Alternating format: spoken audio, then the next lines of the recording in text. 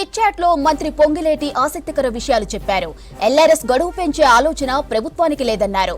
మార్చి 31లోగా చేసిన వారికి 25% డిస్కౌంట్ ఇస్తామన్నారు పొంగులేటి. ఇక త్వరలో భూ విలువలు పెంచబోతున్నామన్నారు.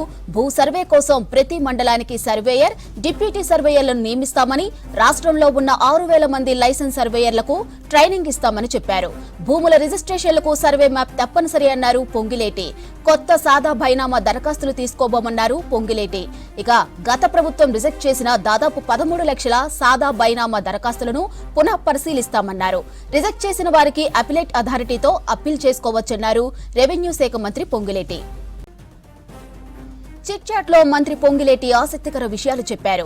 ఎల్ఆర్ఎస్ గడువు పెంచే ఆలోచన ప్రభుత్వానికి లేదన్నారు. మార్చి 31లోగా చేసిన వారికి 25% డిస్కౌంట్ ఇస్తామన్నారు పొంగిలేటి. త్వరలో భూ విలువలు పెంచబోతున్నామన్నారు.